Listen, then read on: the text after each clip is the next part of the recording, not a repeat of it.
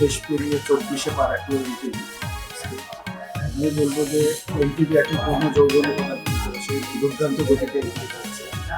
বাংলাদেশের মানুষের আশা এবং আকাঙ্ক্ষার প্রতীক এনটিভি দুর্দিনেও এদেশের মানুষের সাথে ছিল।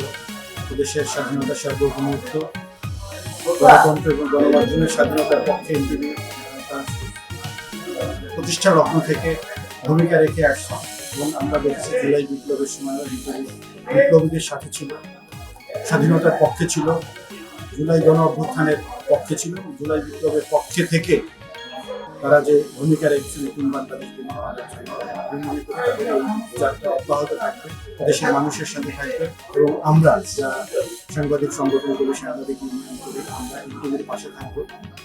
এনটিভি যেমন এদেশের মানুষের পাশে আছে, এনটিভির পাশে দেশের মানুষ থাকবে এবং আমরাও সাংবাদিক সমাজ এনটিভির সাথে রয়েছে। আমরা মনে করি এদেশের মানুষের আশা এবং আকাঙ্ক্ষার প্রতীক হয়ে যেভাবে পথ চলছে, এই পথ চলা অব্যাহত রাখবে।